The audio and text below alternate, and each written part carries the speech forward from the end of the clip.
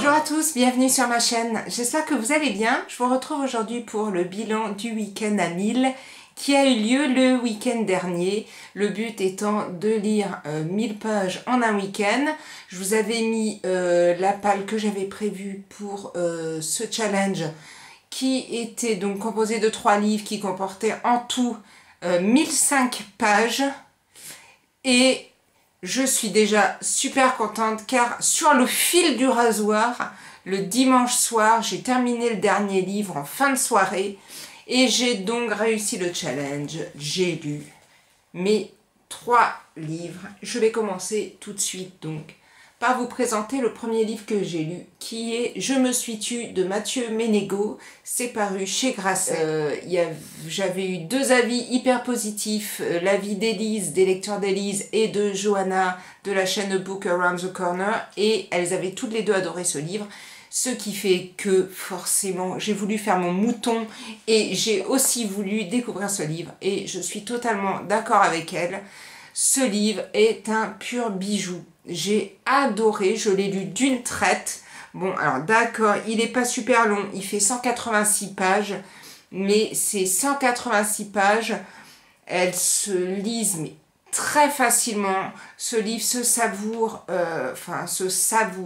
entre guillemets. C'est merveilleusement bien écrit, en sachant que c'est un homme qui a écrit et qui s'est mis dans la peau de l'héroïne qui s'appelle Claire et qui est donc une femme. Et déjà ça, j'ai vraiment trouvé que c'était vraiment écrit. Franchement, j'aurais pu croire que c'était vraiment une femme qui écrivait. Rien que ça, pour moi, c'était déjà un pari gagné. L'histoire, donc, on retrouve au tout début du livre Claire, qui est une femme qui se retrouve emprisonnée. On ne sait pas pourquoi, on ne sait pas qu'est-ce qui l'a amené à se retrouver en prison. Et elle va nous expliquer petit à petit tout ce qui s'est passé dans sa vie et qui a fait qu'elle se retrouve aujourd'hui en prison au début de ce livre. J'ai pas envie de vous raconter non plus tout, mais c'est une femme qui mène une vie heureuse avec son conjoint dont je ne me souviens plus le nom. Il me semble que c'est Antoine. Je les prends avec les noms, je sais pas si c'est pas Alzheimer qui me guette, mais il me semble que c'est Antoine. Et donc ils vivent heureux, il leur manque juste une chose, c'est un enfant. Mais cet enfant... Antoine a du mal à concevoir, à avoir en fait des problèmes pour qu'ils aient en fait tous les...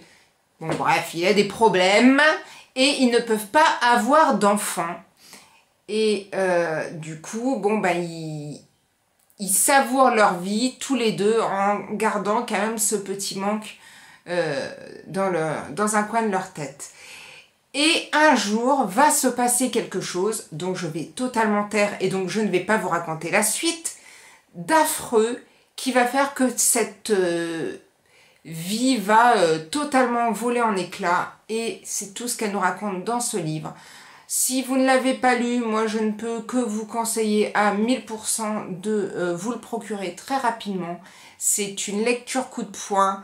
C'est vraiment un livre magnifique et je vous le conseille vraiment.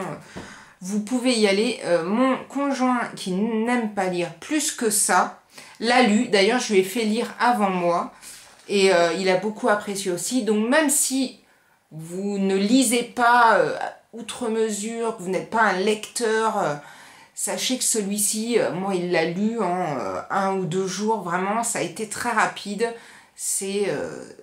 Voilà, c'est un très très bon livre. Je ne vais pas épiloguer 36 000 fois en disant que c'est un bon livre. Je vais passer au deuxième livre qui est Avant toi de Jojo Moyes.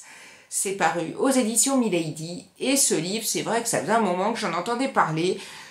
Je me tais pas plus que ça... concentré sur la dernière page qui raconte justement la 4e de couverture, qui nous raconte l'histoire. Je voulais un peu découvrir ce livre. J'avais un peu peur pour, rien qu'avec la couverture, J'avais peur que ce soit un peu gnangnan, romance et tout. Enfin, la couverture ne m'emballait pas plus que ça. Et puis une histoire universelle, pleine d'émotions. Alors, je me voyais déjà tomber dans des romans comme Nicholas Sparks, enfin sur de romans. Bon, alors c'est très bien, il y a beaucoup de monde qui aime, mais moi j'ai beaucoup de mal.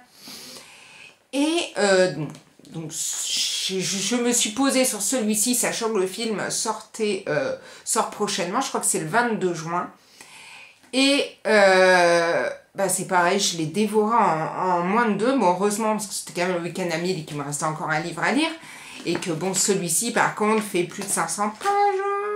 Ding ding, 100 voilà, à peu près 520 pages. C'est juste super bien écrit. C'est une histoire magnifique.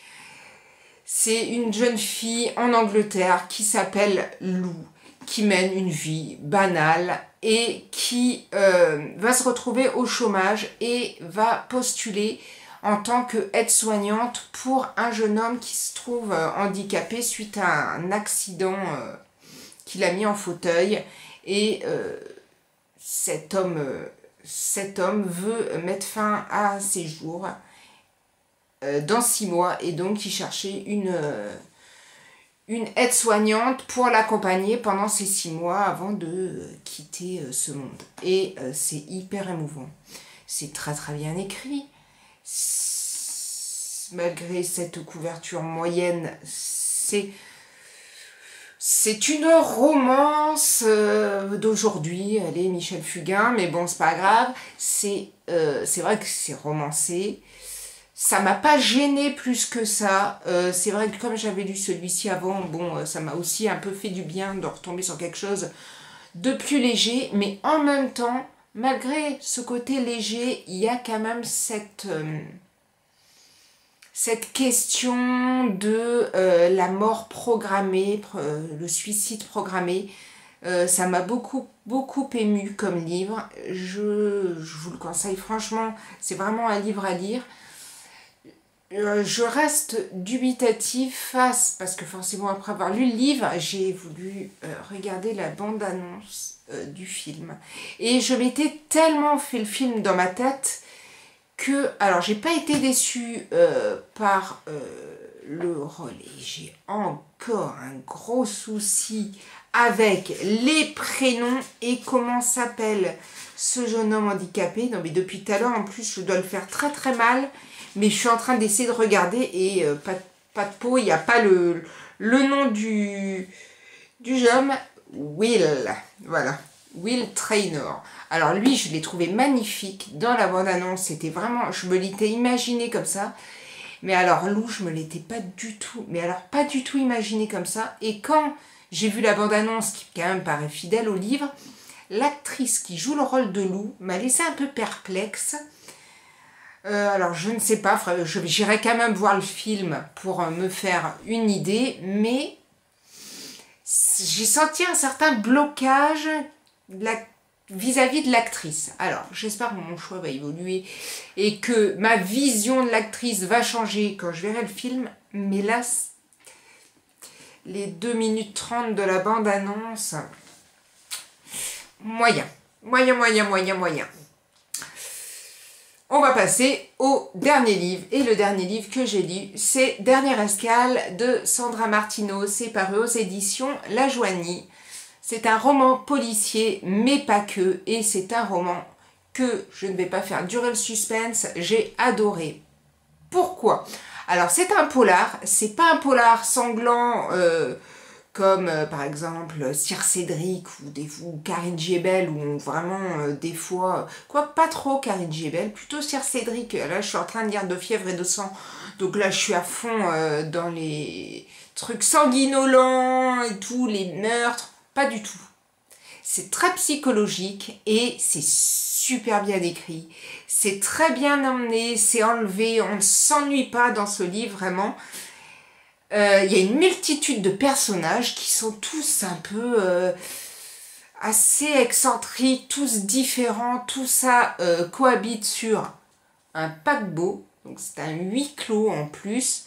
Et l'histoire, c'est Richard, qui est un ex-footballeur, qui était une star du foot. Et sa carrière de footballeur a pris fin suite à des scandales de drogue, sexe, enfin la totale. Et il décide, pour essayer de sauver son mariage, d'embarquer sur le paquebot qui est le Cruise Constantino. J'allais dire Constantia, c'est pas celui qui a coulé, ça. Enfin bon, le Cruise Constantino, c'est pour lui la croisière de la dernière chance. Va-t-il sauver son couple ou pas?